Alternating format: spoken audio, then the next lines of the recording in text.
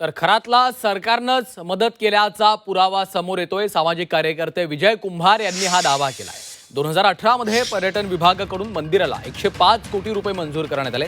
सार्वजनिक बांधकाम विभागानं हे सर्व करू दिलं।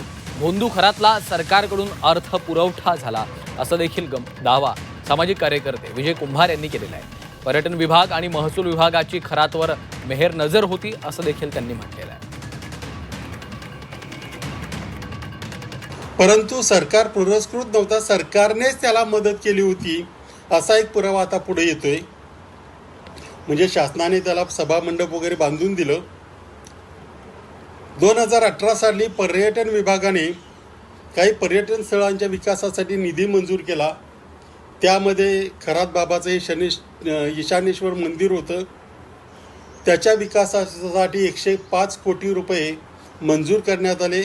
त्याच्यातले 25 लाख त्या वर्षी देण्यात आले। त्याने जे काही बांधकाम केलं, म्हणजे सभामंडप असेल, महिला पुरुष भक्तनिवास असेल, महिला पुरुषांची प्रसाधनगृह असतील, चेंजिंग रूम असेल, हे सगळं शासनाने करून दिलं।